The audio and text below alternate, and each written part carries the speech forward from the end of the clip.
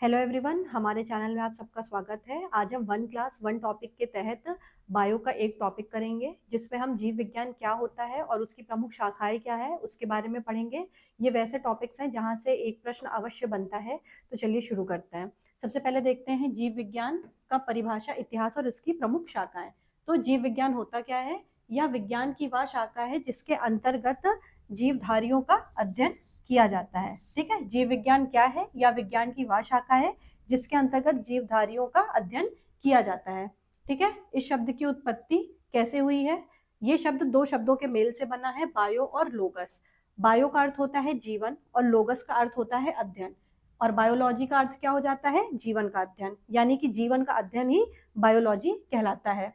Biology का नामकरण किसने किया था? तो बायोलॉजी का नामकरण हुआ कब था? 1801 में।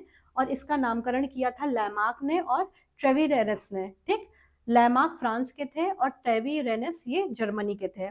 जीव विज्ञान का प्रयोग सर्वप्रथम इन्हीं वैज्ञानिकों ने किया था। तो आप ये ध्यान रखेंगे कि जीव विज्ञान शब्द का प्रयोग सबसे पहले लैमार्क और ट्रेवीरेनस ने 1801 ईस्वी में किया था। लेकिन वास्तविक जनक जीव विज्ञान का माना जाता है अरस्तु को। ठीक, इनको जीव विज्ञान का भी जनक माना जाता है, इनको फादर ऑफ बायोलॉजी भी कहते हैं, और जंतु विज्ञान का भी जनक माना जाता है, इनको फादर ऑफ जूलॉजी भी कहते हैं। जीव विज्ञान का एक क्रमबद्ध ज्ञान के रूप में विकास इनके ही काल में हुआ था। जीव विज्ञान का एक क्रमबद्ध ज्ञान के रूप में विकास अरस्तु के काल में ही हुआ था।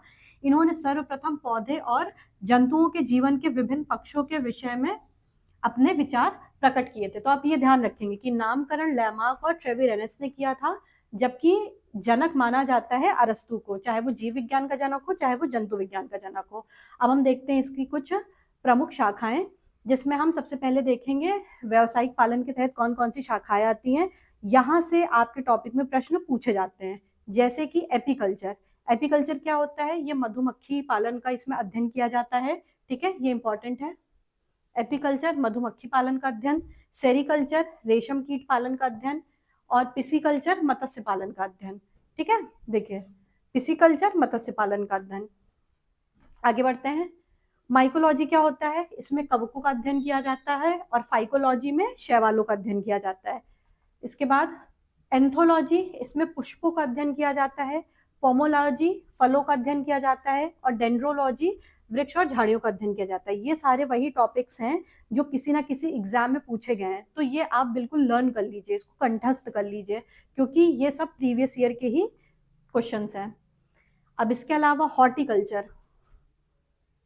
हॉर्टिकल्चर क्या है? ये उद्यान विज्ञान है। हॉर्टिकल्चर में फलों, फूलों और सब्जियों की कृषि की जाती है। ठीक, इससे तो बहुत पूछा जाता है क्वेश्चन।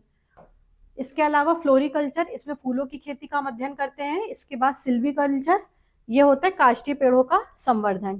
ठीक, आगे बढ़ते हैं। अब ऑर्निथोलॉजी, इसमें पक्षियों का अध्ययन किया जाता है। इक्थोलॉजी, इसमें मछलियों का अध्ययन किया जाता है। एंटमोलॉजी, ये कीटों के अध्ययन से संबंधित है। ऑर्निथोलॉजी पक्षियों का अध्ययन, इक्थोलॉजी मछलियों का अध्ययन, एंटमोलॉजी कीटों का अध्ययन। अब इसके बाद देखिए ऑफियोलॉजी, इसमें स्नेक्स का अध्ययन या सर्पों का अध्ययन किया जाता है। इसके बाद सौरोलॉजी, इसमें लिजार्ड्स या छिपकलियों का अध्ययन किया जाता है। इसके बाद ये अब हम समराइज कर लेते हैं इसको। जीव विज्ञान के जनक इनको माना जाता है अरस्तु को। इसका नामकरण सबसे पहले किसने किया था? लैमार्क और ट्रेवीरेनस ने किया था। इसके अलावा मत्स्य पालन के अध्ययन को क्या कहते हैं? पिसीकल्चर। और मछलियों के अध्ययन को क्या कहते हैं? इक्थियोलॉजी। ठीक है, तो ये आज का महत्वपूर्ण टॉपिक था, इसको आप कई बार सुने ताकि आपको लर्न हो जाए। आज के लिए इतना ही, मिलते हैं कल नेक्स्ट क्लास में। Thank you very much.